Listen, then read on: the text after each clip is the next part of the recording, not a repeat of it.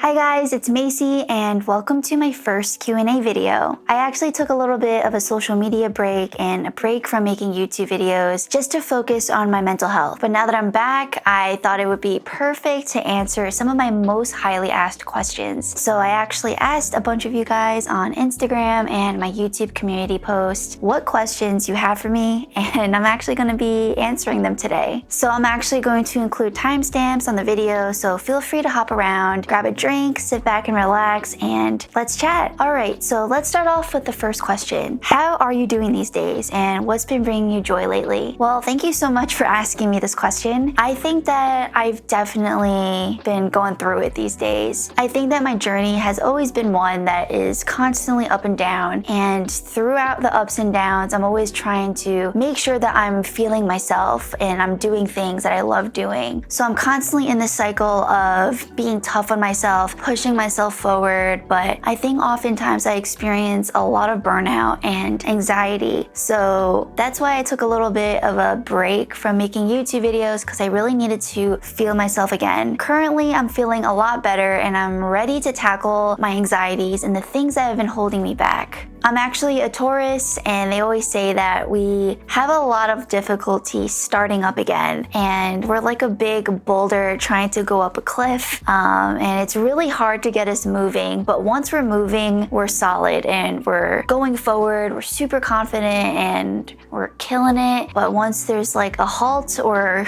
something that stops the momentum, it can be really hard for me to pick things back up. I don't really take the zodiacs too seriously, but it's fun to read into.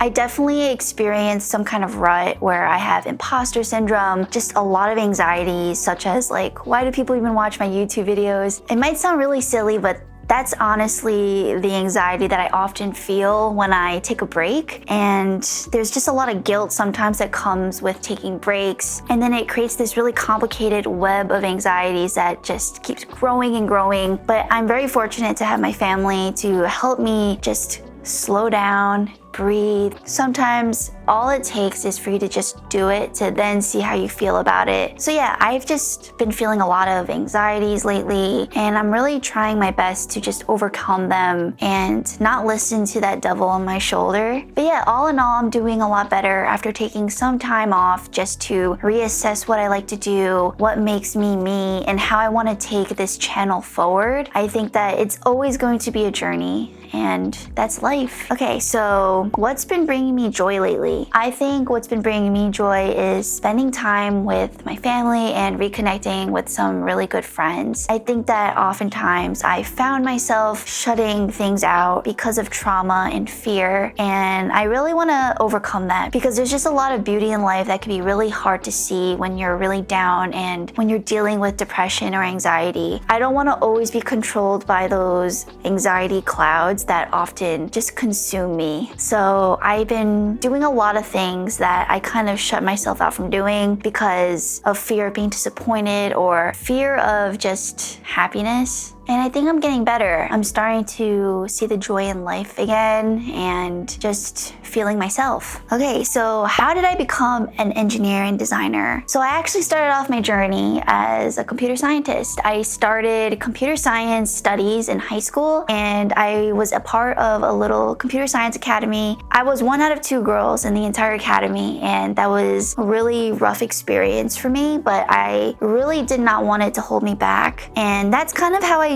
landed in the space of design and front-end engineering. I learned that I really love the space of computer science that was more front-facing and more artistic, and I really was determined to blend my interests together. I love the logical side of software engineering, and I just love the notion of building something from nothing into something that people can use all over the world. That's always been my dream. I never took courses in design. I always just studied that on my own. I studied user experience, I studied user research, I studied human-computer interaction on my own, and by doing that, I just started to create my own projects. So throughout my college experience, I was always creating ideas, just making fun little apps and working on them with my friends. So that's actually how I got really close to Tristan. We would always do hackathons together. We would always make up our own ideas and just have fun together and build them. And it was just a lot of fun. And and I missed that time when I would be able to just make things just for fun and have no pressure behind it. So I actually worked in multiple startups in New York City after college as a front-end engineer, and I got to work really close with designers and engineers and kind of bridge the gap between the two, because that was really where my interest lied. I worked really closely with project managers, and I really loved being a part of the product side of things as well. So it was kind of like my career was in all three sectors. But the one thing that I really craved in the startup world was to do things that I really was passionate about. That's kind of how I discovered that my main passion is creating ideas. It wasn't really designing and it wasn't really coding. It was just, how do I bring this idea into life? So that kind of leads me to how I ended up creating a YouTube channel. I actually started a YouTube channel because I was feeling pretty down at my startup job because I just really craved that creative freedom, and I just wanted to make my own projects and go wild with it. I wanted to not be held back. I also was experiencing sexism in the workforce, which was really disappointing because I was really thinking that I would not experience those things being in trendy startups and just having really close-knit teams, but they kind of just popped up here and there, like little instances where I always felt limited just because I was a woman, and I would always think, well, if I was a guy, would they have said that to me? Or if I was a guy presenting this idea, would the other engineers not feel threatened by me? It was really a weird dynamic no matter where I went, and I think that for me, I really believed that I had so much potential, and I did not want this potential to be limited in any way because I was a woman and because I was an Asian. So those were things that I was really aware of, and that was my primary motivator for being full-time entrepreneur. So that leads me to where I am now. I make YouTube videos full-time. I actually started my own design studio, Cozyleigh Studios, and I can proudly say I'm an entrepreneur now. It took a lot of courage for me to get to this point. I just knew that I could go so far if I took this path. So I'm really grateful that my family really believed in me during this time, and it was a really tough time during my life, but it was just something I knew I had to do. It's really crazy to say that we're doing this full-time because I think that 3 to 4 years ago, I would not have imagined my life to be in the state that where it is now. I think that I really believed in myself, and I believed that I could help lead my family on this journey, and we could make amazing things together and just have fun every day. And although there have been ups and downs and rough patches, overall it's all goodness and it's all a lot of fun. The most important thing is that we're living life together and just having fun creating things and sharing it with you guys. But yeah, I guess all in all, in terms of answering the question, I am a full-time entrepreneur now, and I share my journey through my channels. So yeah, that's where I'm at. Okay, so the next question, what is your favorite thing about your career? This kind of ties into what I was saying before. My favorite thing about my career is it's always evolving, and I think that is so important because as humans, we're always evolving ourselves. Like our interests can literally change the next year, the next day. Especially for me, I am someone who kind of always needs mental stimulation. I am obsessed with something in one week, and the next week I'm kind of just like, I'm not really feeling it right now. So I think it's really exciting when my career can reflect how spontaneous my brain is. So that's kind of why I made the pivot to do this full-time, make my own projects with Cozyleigh Studios, and share my journeys with you guys on my YouTube channel. So I love how I'm able to pivot. I love how I'm able to be spontaneous, and I just love how I'm able to be me. What's your go-to way to relax and get away from it all? My go-to way to relax is honestly by playing hyper-competitive video games. It kind of contradicts my whole cozy vibe and everything, but I'm really competitive at the core, especially when it comes to video games or sports. So any game that's really competitive, where it's really strategic and it's all about like domination, that is my go-to way to relax with my family. So games such as Smite, which is a MOBA, or Age of Empires, those are like the two games we've been pretty obsessed with and very consistent in playing. Other ways I like to relax, I love composing my own piano pieces. I want to show you guys more of that. So I don't know if you guys are interested in that because it has nothing to do with tech, but I did get a few comments from you guys saying you didn't just want the tech stuff and you guys actually care about me and what my interests are. I guess that's the imposter syndrome talking, but yeah, let me know if you're interested in my piano compositions. So I like to do that, and I just like to watch a good old K-drama sometimes. That's something Tristan and I like to do together. So I love ancient historical Chinese dramas and Korean dramas, and I just love learning about the history. Oh, and just recently I've been playing a lot of pickleball, which is a really good fun sport, especially when you're not really strong for tennis. I'm working on my strength. I'm just improving being more active. So pickleball has been a lot of fun to just get some movement, and it's hyper competitive and it's just a lot of fun. So lately we've been doing a lot of that to relax. Where do I see Cozyleigh Studios in 5 years? This is a good question. I'm really excited to see where Cozyleigh Studios is even gonna go in 1 year. I think that we've evolved so much. We actually got featured in the Architectural Digest for the Zenlight collaboration with Gantry, which is really cool. It's just been such a huge honor that everyone is excited about Cozyleigh Studios. I can see us having an actual proper warehouse, not in our home, hiring people and making products together. Maybe we'll even have a, what's it called? What is that called? I forgot what it's called. Hold on. Makerspace. I thought it would be really cool if we have a Cozyleigh makerspace so that our local community could like come in and build stuff together. I think it's a really fun way to add to the community. But yeah, the possibilities are endless and I'm just so excited, and I can just see us making all these really cool things and having more sale events. I'm just really excited for the future. How long have you been with Tristan, and do you think he's the one, and how do you know? You guys are really asking the personal questions here. I'm kind of a private person, and I think you guys know that because I get messages sometimes that are like, you seem very reserved, but I do want to share my world with you guys because you guys have been through it with me and I want to be more real. So I've been with Tristan for 5 years now. We met in college. We were best friends for a very, very long time. We just realized one day that we were each other's like soulmates. It was kind of like an epiphany moment where we were both really sad at the time and going through it. We definitely just one day realized each other was all that we needed. Ever since then, the rest has been history. We've been through a lot together. We've become family, we've become business partners. He's like a brother to Ashleigh. We've been in this journey together. I could make a whole nother video about what it's like to start a business with your family and things you should watch out for and things you should know. But I'm really proud to say that we've overcome a lot of these struggles together. It basically feels like we're married. Yeah, Tristan and I, we do everything together. We just get each other. So I've been trying to show him more in my videos. I don't know if you're interested in anything specific, just let me know.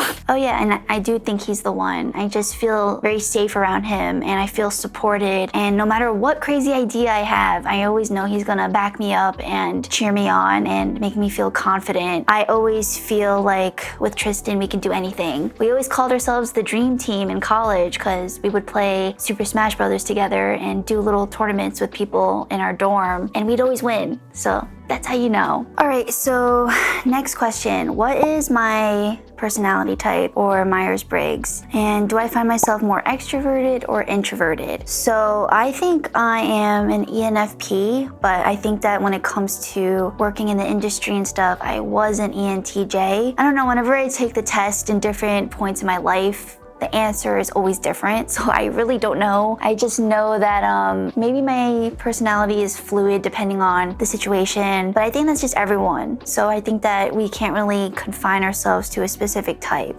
But yeah, those are the results I got when I took the test many times. And am I extroverted or introverted? I think I'm an extrovert, but I think I suffer a lot of social anxieties and trauma because of a lot of the bullying that I experienced while growing up. I was the only Asian in probably most of my classes in my elementary school and middle school, and that could like take a toll on you if you know what I mean. I think that it's hard for a lot of people to relate to unless you've been in the situation, but it always made me feel kind of like invisible growing up, and it made me feel like I just didn't matter, and I think that really sucks. And I learned to overcome that a lot in high school when I went to a different high school for the Computer Science Academy, and in that high school I actually got bullied too. So I think I got bullied pretty much in all of my school, and I don't know, it really like made me feel really anxious all the time, self-conscious, not really sure how to like handle different situations. And I really wanted to overcome it and be a stronger person and really focus on what I wanted to do and myself. So I overcame a lot of the bullying traumas and anxieties by just focusing on myself and focusing on my passions. And I think that if you're going through something like that right now, just know that there's always going to be people out there who are going to want to tear you down. That's always going to happen. And I think that the best thing that I've done to overcome it is focusing on myself and just not paying attention too much to the social stuff. But I do think that it kind of set me back on the social side, especially because I'm an extroverted type. I think I'm really scared to make friends. I'm scared to be myself, and that's kind of why it took me this long to make a Q&A video, even though I've been making YouTube videos for like 2 years now. I think I was just really scared to be myself in front of you guys. And that's my social anxiety holding me back. But yeah, if you're still watching this Q&A, I really want you to know that I appreciate you for watching my videos and for being interested in learning more about me. I hope that I can learn more about you guys, and that's why you should join my Discord channel. We're a really cozy community where we talk about all sorts of things and we have different channels on different things. So yeah, join my Discord community and I'll chat with you there. So do I prefer coffee or matcha? And how many different matcha recipes have you made? So I definitely love both, but I definitely drink matcha more often because my espresso machine is broken. Yeah, so our espresso machine is broken, so that's why I haven't been making coffee. We just haven't had time because we've just been so overwhelmed by everything else that we need to do with the business and everything. But I genuinely love both. I think that matcha makes me just feel really calm and cozy and excited, and coffee is more like, yeah, let's get down to business. So yeah, I like both. How many different matcha recipes have I made? A lot. I've even tried dirty matcha, which is coffee and matcha together. That is interesting. I've made matcha brownies, matcha chia pudding, matcha cheesecake, matcha cookies. I know a lot of you guys asked for the matcha brownie recipe because I posted on my Instagram stories. Let me know if you just want like a matcha recipes video, and I'll just like make everything in one video and just like chat with you guys about it while doing so. So it's like a matcha bake with me hangout session, something like that. Tristan and I normally like make those things together, but recently Tristan has been doing more of the baking and I've just been doing more of the eating. So yeah, let me know if that's something you'd be interested in. How do I cope with all the hate? So this kind of is related to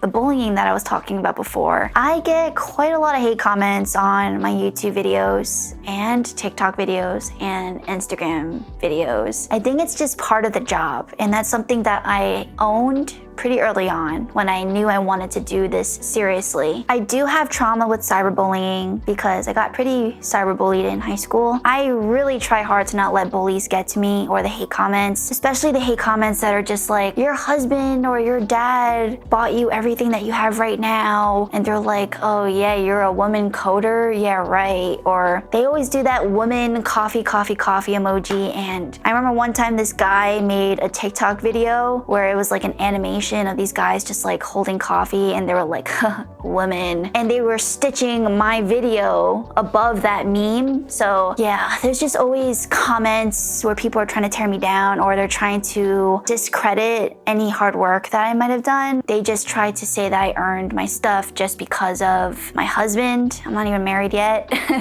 There's just always a lot of racist and sexist comments, and I try my best to ignore them, but I won't lie and say that it doesn't affect me. It definitely does bother me sometimes, and I think that's why anyone who comments on my YouTube videos or any of my content in general, I just have a lot of gratitude for, because you're helping me so much. Like, I'm always just looking for the comments, so when I see those comments, I feel so reassured, like, okay, nice, like I should keep making videos. The hate comments should not deter me, because people do enjoy my stuff. People do enjoy watching my journey. People do care to get to know me. All those positive comments are all really nice, so I really appreciate each and every one of you who just watches my videos, likes them, or even leaves a comment. I really appreciate it. So Thank you so much. I think this is going to be the last question. What would you tell your 15-year-old self? So my life is completely different than what 15-year-old Macy thought it would be in many, many, many good ways, but also many bad ways. I would tell 15-year-old Macy